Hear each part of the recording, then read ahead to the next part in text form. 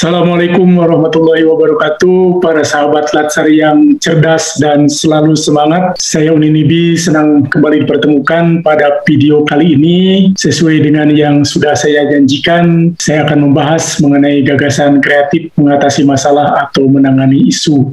Saya ucapkan selamat, Anda sebelumnya sudah melakukan analisis isu dan sudah mendapatkan satu isu atau masalah yang akan diatasi. Setelah sahabat Latsar menemukan gagasan kreatif yang terpilih, maka gagasan kreatif itu bisa dikategorikan ke dalam gagasan kreatif konseptual dan gagasan nyata. Walaupun pada umumnya para peserta Latsar lebih banyak mengambil gagasan-gagasan nyata, akan tetapi ada beberapa kasus tertentu karena seorang peserta yang memiliki keahlian tertentu secara konseptual, maka peserta tersebut dengan kemampuan teknisnya dapat menyusun sebuah konsep untuk disampaikan kepada pimpinannya sebagai bentuk telahan setap yang akan digunakan sebagai salah satu input pengambilan keputusan oleh pengambil kebijakan. Nah, beberapa contoh gagasan kreatif konseptual, misalnya pemanfaatan aplikasi komputer geografis information system atau GIS dalam pendataan, kemudian pembuatan bank inovasi, pembuatan desain taman atau landscape, pembuatan rancangan sistem informasi, dan lain-lain. Nah, berikut ini beberapa contoh tentang gagasan kreatif konseptual. Misalnya seorang peserta menemukan isu di tempat kerjanya, masih banyaknya potensi retribusi sampah yang belum terdaftar di Dinas Kebersihan. Peserta tersebut memiliki gagasan kreatif, yaitu pendataan potensi retribusi sampah melalui pemanfaatan aplikasi GIS. Deskripsi gagasan kreatifnya adalah: pertama, memetakan wilayah-wilayah potensial penghasil sampah berdasarkan foto satelit terhadap pemukiman masyarakat. Kemudian dibuat deskripsi gagasan kreatifnya. Satu, yaitu memetakan wilayah-wilayah potensial penghasil sampah berdasarkan foto satelit terhadap pemukiman masyarakat seperti kepadatan pemukiman, jarak TPSA, tempat pembuangan sampah yang digunakan oleh masyarakat, dan seterusnya. Selanjutnya, yang kedua, data awal tersebut akan ditindaklanjuti dengan survei untuk mengumpulkan data statistik di lapangan. Yang ketiga, hasil kajian ini akan disampaikan dalam bentuk telahan setap kepada pimpinan. Seorang peserta di tempat kerjanya menemukan isu belum tersedianya media untuk menuangkan gagasan inovasi bagi para ASN. Gagasan kreatif yang dibuat adalah membuat bank inovasi. Deskripsi gagasannya adalah membuat desain sebuah sistem aplikasi yang dapat menampung gagasan kreatif dan inovasi para ASN dan menyediakan bursa inovasi online. Rancangan yang dibuat peserta ini adalah rancangan di atas kertas, karena keputusan membuat desain sistemnya bukan kewenangan peserta. Isu masih kurang tertatanya lahan kosong di area perkantoran. Gagasan kreatif membuat desain taman di area lahan kantor. Deskripsi gagasan membuat desain taman yang merupakan satu kesatuan artistik dengan bangunan gedung kantor, lapang upacara, lahan parkir, lapang olahraga, dan jalan lingkungan kantor disesuaikan dengan lahan yang tersedia. Contoh berikutnya, ada isu dari seorang peserta, yaitu masih belum dimanfaatkannya peluang teknologi informasi dalam meningkatkan kinerja pelayanan. Gagasan kreatif yang dipilih adalah membuat desain sistem aplikasi pendaftaran pasien berbasis teknologi informasi dan komputer. Sistem pendaftaran pasien berbasis komputer ini adalah merupakan sistem pendaftaran pasien yang bisa dilakukan secara online tanpa harus antri di loket pendaftaran. Sedangkan untuk gagasan kreatif yang nyata, itu sudah sangat umum, sering dilakukan oleh para peserta Latsar, sehingga saya dalam waktu yang singkat ini tidak akan menjelaskannya.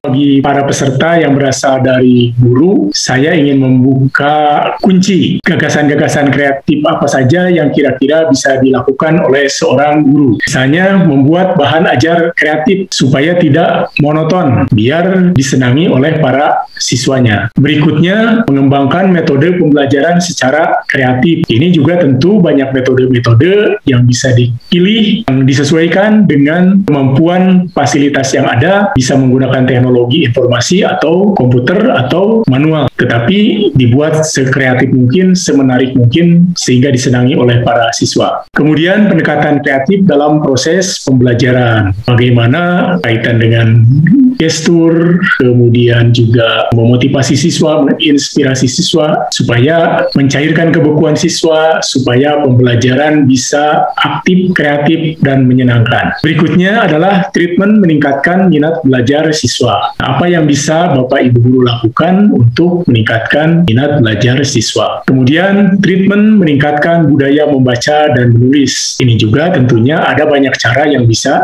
dilakukan. Selanjutnya, treatment mendisiplinkan siswa. Kemudian, Anda juga bisa memanfaatkan teknologi industri 4.0 dalam pembelajaran.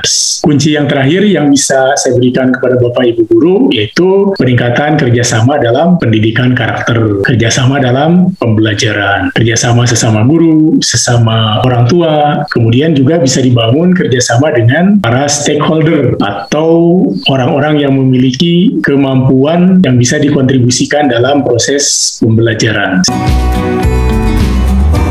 Sekarang bagaimana dengan seorang dokter atau tenaga medis? Yaitu upaya peningkatan pelayanan seperti mendekatkan pelayanan kepada masyarakat, misalnya dokter kunjung ya, atau membuat pos pelayanan ya. Kemudian bisa pemanfaatan Internet of Things ya dalam pelayanan seperti misalnya Halo Dokter yang sudah terkenal. Kemudian mengembangkan resep tradisional juga bisa dilakukan oleh para dokter. Bisa berkreasi bagaimana menemukan resep-resep tradisional. Kemudian metode pengobatan tertentu atau terapi penyakit tertentu. Ini tentunya jika para dokter memiliki keahlian di bidang pengobatan tertentu yang merupakan alternatif dari pengobatan-pengobatan yang sering dilakukan medis secara umum. Kemudian edukasi kepada pasien dan atau keluarga pasien. Selanjutnya membuat treatment tertentu bagi pasien. Pemanfaatan alternatif pengobatan yang lebih murah dan bisa dipertanggungjawabkan. Pemanfaatan bahan alternatif dalam penyediaan bahan-bahan pendukung medis. Gagasan konseptual mengenai pemeliharaan alkes. Kenapa gagasan konseptual? Karena ini seorang dokter bisa saja memiliki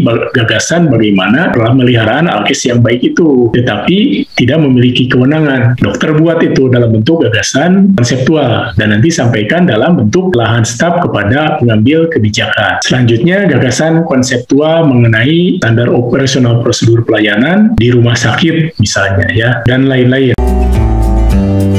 Gagasan kreatif juga bisa berupa gagasan kreatif administratif yang ini bisa dilakukan oleh siapa saja, jabatan apa saja bisa melakukan ini. Misalnya desain SOP kerja atau SOP administrasi pemerintah, kemudian juga SOP pelayanan publik, SOP teknis. Selanjutnya pemanfaatan teknologi informasi dalam pelaksanaan pekerjaan dan pelayanan. Desain model dan metode. Model atau metode perencanaan, model atau metode monitoring dan evaluasi, model atau metode pelaporan, metode penanganan arsip, model atau metode pengembangan SDM. Kemudian juga bisa membuat telah staf mengenai penciptaan kenyamanan lingkungan kantor misalnya.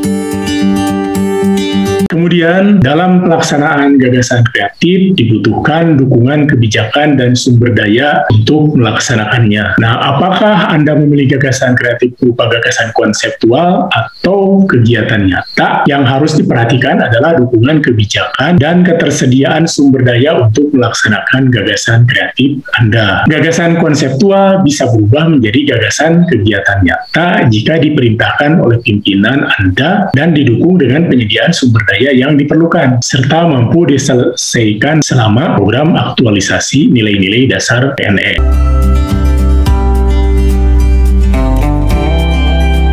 Selanjutnya, gagasan kreatif tersebut Anda breakdown atau Anda turunkan ke dalam kegiatan dan tahapan kegiatan. Dalam setiap kegiatan itu dibagi lagi ke dalam tahapan-tahapan kegiatan.